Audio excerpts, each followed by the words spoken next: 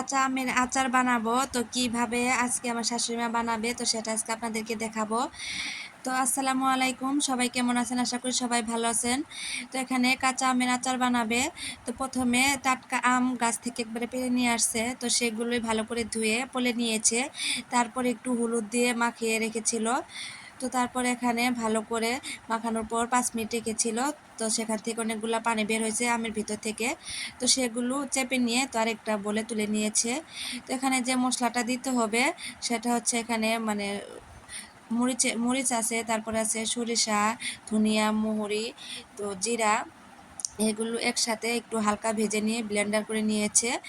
তারপর এখানে একটু হলুদের গুঁড়া আর একটু লবণ দিয়ে দিচ্ছে স্বাদ মতো। তারপর চিনি দিয়ে দিচ্ছে। লবণটা অবশ্যই আপনারা মোটা লবণটা ব্যবহার করবেন, চিকন লবণটা ব্যবহার করলে কালা হয়ে যাবে, কারণ এখানে আমের ছাল সহ আর কি দেয়া হয়েছে, তো সেজন্য। আর মোটা লবণটা দিলে মানে অতটা নষ্ট হওয়ারই থাকবে না। তো তারপর ভালো করে মেখে নিচ্ছে, এখন ভালো করে মেখে নিতে হবে মশলার সাথে। যে চিনি দিয়েছে, আপনাদের স্বাদ অনুযায়ী আপনারা চিনি দিবেন। তারপর এখানে সিরকা দিয়ে দিচ্ছে 4 টেবিল চামচ। তো সিরকা দিয়ে তারপর এখানে তেল দিয়ে দিচ্ছে, সরিষার তেল।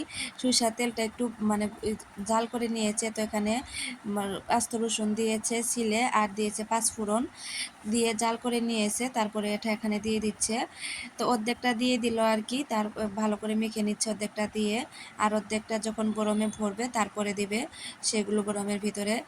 তো আচার কিন্তু সবসময় কাঁচের বরমে রাখতে হয়, কাঁচের বরমে রাখলে কিন্তু ভালো থাকে। তো এখানে ছোট ছোট সাইজে 3টা বরম নিয়েছে আর কি। তো 3 বরমেই আচার রাখবে আর কি। তো চামচ দিয়ে ভালো করে মেখে তো চামচ দিয়ে এখন রেখে দিচ্ছে। তারপর এখানে যে তেলগুলো মানে ভাজা তেলগুলো সেটা দিয়ে দিবে। তেল কিন্তু অবশ্যই মানে আমের যে ও মানে সমান সমান দিতে হবে। আপনি যত বেশি তেল দিবেন তাতে আমটা ভালো থাকবে, নষ্ট হবে না।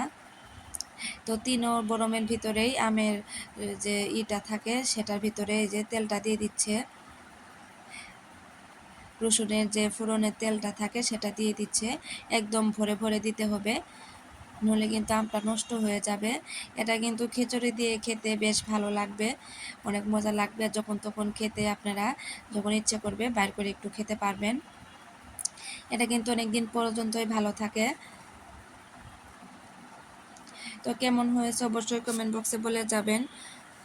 ভিডিওটা ভালো লাগলে অবশ্যই লাইক, কমেন্ট, ফলো দিয়ে পাশে থাকবেন।